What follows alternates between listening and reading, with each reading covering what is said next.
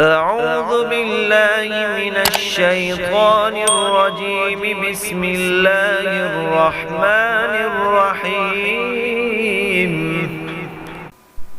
حميم. تنزيل الكتاب من الله العزيز الحكيم. ما خلقنا السماوات والأرض وما بينهما إلا بالحق وأجل مسمى، والذين كفروا عما أنذروا معرضون. قل أرأيتم ما تدعون من دون الله أروني ماذا خلقوا من الأرض أم لهم شرك في السماوات. ائتوني بكتاب من قبل هذا أو أثارة من علم إن كنتم صادقين. ومن أضل ممن يدعو من دون الله من لا يستجيب له إلى يوم القيامة وهم عن دعائهم غافلون. وإذا حشر الناس كانوا لهم أعداء وكانوا بعبادتهم كافرين. وإذا تتلى عليهم آياتنا بينات قال الذين كفروا للحق لما جاءهم هذا سحر مبين. أم يقولون افتراه قل إن افتريته فلا تملكون لي من الله شيئا هو أعلم بما تفيضون فيه كفى به شهيدا بيني وبينكم وهو الغفور الرحيم. قل ما كنت بدعا من الرسل وما أدري ما يفعل بي ولا بكم إن أتبع إلا ما يوحى إلي وما أنا إلا نذير مبين. قل أرأيتم إن كان من عند الله وكفرتم به وشهد شاهد من بني إسرائيل على مثله فآمن واستكبرتم إن الله لا يهدي القوم الظالمين. وقال الذين كفروا للذين آمنوا لو كان خيرا ما سبقونا إليه وإذ لم يهتدوا به فسيقولون هذا إفك قديم. ومن قبله كتاب موسى إماما ورحمة وهذا كتاب مصدق لسانا عربيا لينذر الذين ظلموا وبشرى للمحسنين. إن الذين قالوا ربنا الله ثم استقاموا فلا خوف عليهم ولا هم يحزنون. أولئك أصحاب الجنة خالدين فيها جزاء بما كانوا يعملون. ووصينا الإنسان بوالديه إحسانا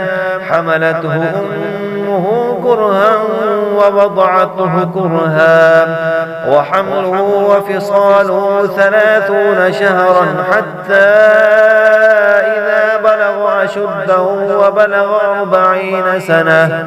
قال رب أوزعني أن أشكر نعمتك التي أنعمت علي وعلى والدي وأن أعمل صالحا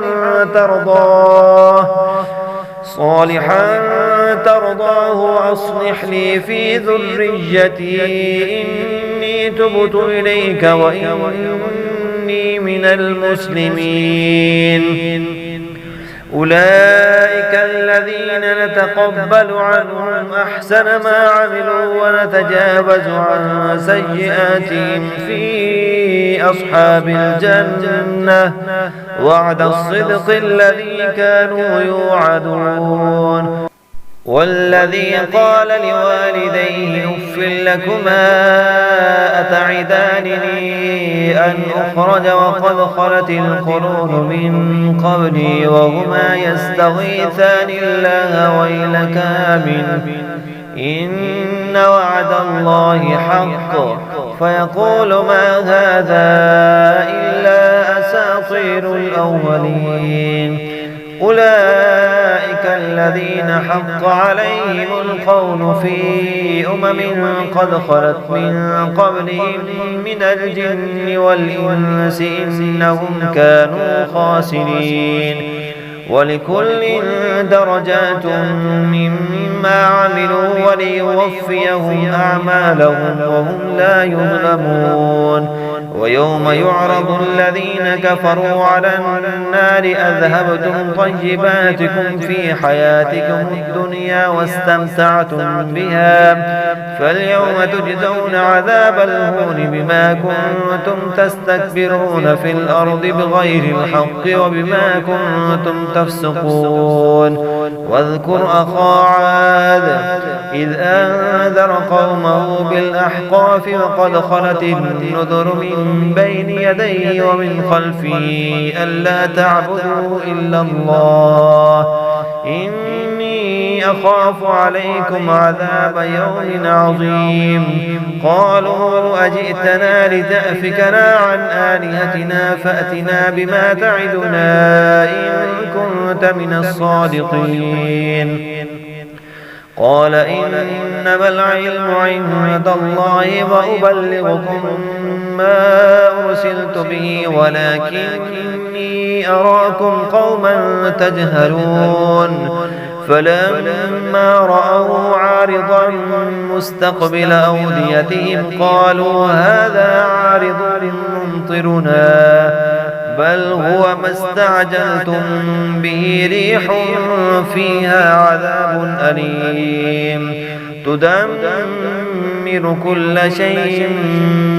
بأمر ربها فأصبحوا لا يرى إلا مساكنهم كذلك نجزي القوم المجرمين ولقد مكناهم في ماء مكناكم فيه وجعلنا لهم سمعا وأبصارا وأفئدة فما أغنى عنهم سمعهم ولا أبصارهم ولا أفئدتهم من شيء إذ كانوا يجحدون بآيات الله وحاق بهم ما كانوا به يستهزئون ولقد أهلكنا ما حولكم من القرى وصرفنا الآيات لعلهم يرجعون فلولا نصرهم الذين اتخذوا من دون الله قربانا آلهة بل ضلوا عنهم وذلك إفكهم وما كانوا يفترون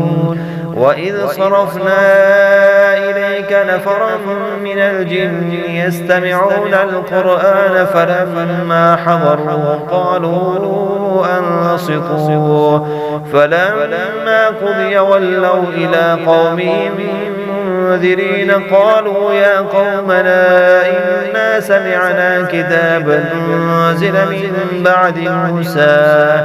من بعد موسى مصدقا لما بين يديه يهدي إلى الحق وإلى طريق مستقيم يا قومنا أجيبوا داعي الله وآمنوا به يغفر لكم من ذنوبكم ويجركم من عذاب أليم ومن لا يجب داعي الله فليس بمعجز في الأرض وليس له من دونه أولياء أولئك في ضلال مبين أولم يروا أن الله الذي خلق السماوات والأرض ولم يعي بخلقهن بقادر على أن يحيي الموتى بلى إنه على كل شيء قدير ويوم يعرض الذين كفروا على النار أليس هذا بالحق قالوا بلى وربنا قال فذوقوا العذاب بما كنتم تكفرون فاصبر كما صبر أولو العزم من الرسل ولا تستعجل لهم كأنهم يوم يرون ما يوعدون لم يلبثوا إلا ساعة من نهار بلاغ فهل يهلك إلا القوم الفاسقون